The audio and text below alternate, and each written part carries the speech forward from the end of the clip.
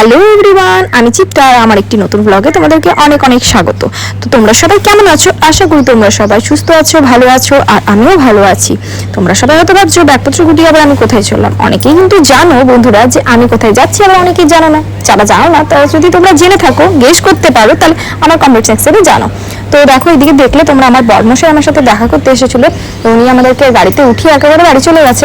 তো তারও মনটা একটু খারাপ খারাপ আছে, দিন আমার সাথে দেখা হবে না। তো সে কারণে আমরা এখন যাচ্ছি অন্ডালে। অন্ডাল থেকে আমরা ফ্লাইট ধরে যাব। বলো তো কোথায়? চলো বলেই দিই, চেন্নাই। অন্ডাল থেকে আমি যাব মুম্বাই, মুম্বাই টু যাব চেন্নাই। কারণ আমরা একবারে ফ্লাইটটা পাইনি, মানে একেবারে ডাইরেক্ট ফ্লাইটটা পাইনি অন্ডাল থেকে চেন্নাই। সে কারণেই আমরা ফার্স্টে অন্ডাল থেকে আমরা গেলাম মুম্বাই, মুম্বাই থেকে যাচ্ছি চেন্নাই।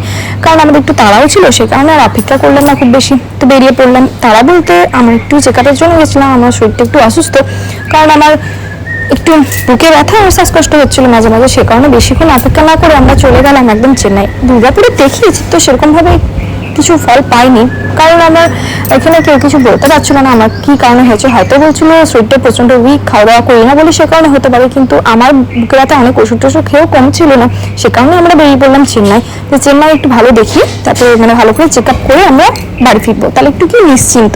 সে কারণে তো এদিকে আমাদের ব্যাগ চেকিং হয়ে গেল। তো চলো জলদি করে বোটিং পাসের জন্য যেতে হবে। এদিকে আমাদের আইডেন্টি প্রুফগুলো জমা দিতে হবে। তো সে কারণে ভাই সেই কাজটা করছিল, যে আমাদের আইডেন্টি প্রুফগুলো সব দিচ্ছিল, জমা করছিল। তো সে কাজটা যখন ভাই করছিল তখন আমিও এদিকে একটু একটু আমার ক্লিপ নিয়ে নিচ্ছিলাম, আমার নিজের কিছু কিছু শর্ট ক্লিপ নিয়ে নিচ্ছিলাম। তো চলো বোটিং পাস পেয়ে গেছি, তো চলো এবারে যাওয়া যাক। এখানে সবকিছু চেকিং এর জন্য দিয়ে দিলাম, ব্যাগপত্র যা যা দিতে হয় সবকিছু দিয়ে দিলাম, খুলে চেকিং হয়ে গেছে। আর দেখো এখানে দেখো দেখো ভাই ডাকছে আমাকে, চলো দেখতে কি বলছে। আমার ভাবলাম আবার কি করে। কিরে কি করছিস?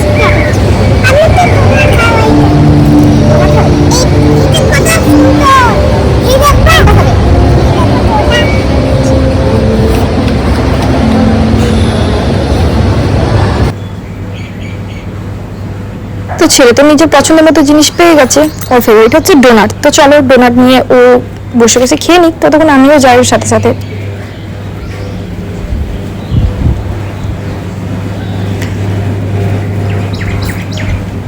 তো ও যতক্ষণ এখানে খাচ্ছে খেয়ে নিক, আর আমিও দেখি ওইদিকে কি খাওয়া যায়।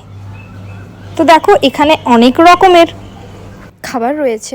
তো দেখো এখানে স্যান্ডউইচ আছে, রোল আছে, কেকও আছে। তো আমি ভাবলাম স্যান্ডউইচটাই খাই, চলো।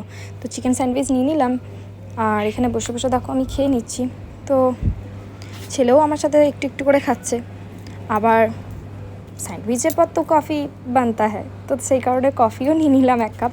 চলো এটা বসে বসে খেতে খেতে ততক্ষণ অপেক্ষা করি। সবাই লাইনে দাঁড়িয়ে পড়ছে, আমাদের ফ্লাইটও চলে এসেছে। তো দেখতে পাচ্ছ ওখানে যে বাসগুলো রয়েছে, ওই বাসগুলো করেই আমাদেরকে ফ্লাইটের কাছে নিয়ে যাচ্ছে। কারণ তোমাদেরকে তো বললাম বৃষ্টি পড়ছিল, তো এখনও বৃষ্টি পড়ছে অনেকটাই। তো দেখো ফ্লাইট চলে এসছে ইন্ডিগো। তো চলো আমরা বাসে করে আমাদেরকে পৌঁছে দেবে ফ্লাইটের কাছে, বৃষ্টি পড়ছে বলে।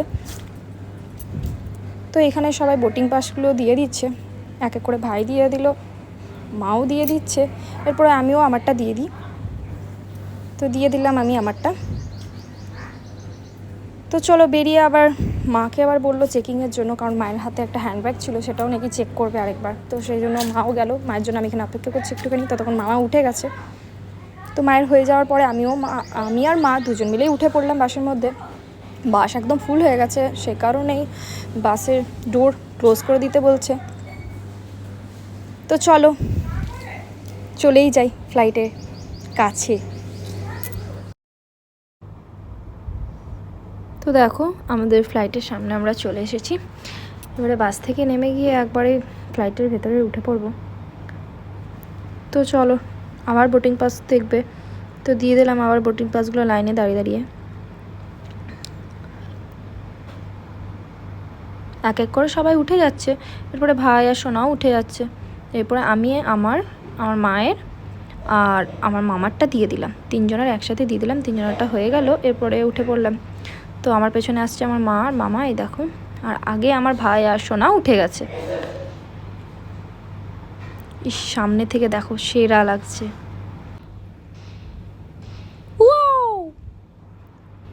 তো তো চলো ভেতরে যাই। Good morning. তো চলো এবার সিট নাম্বার খুঁজে বসে পড়ি।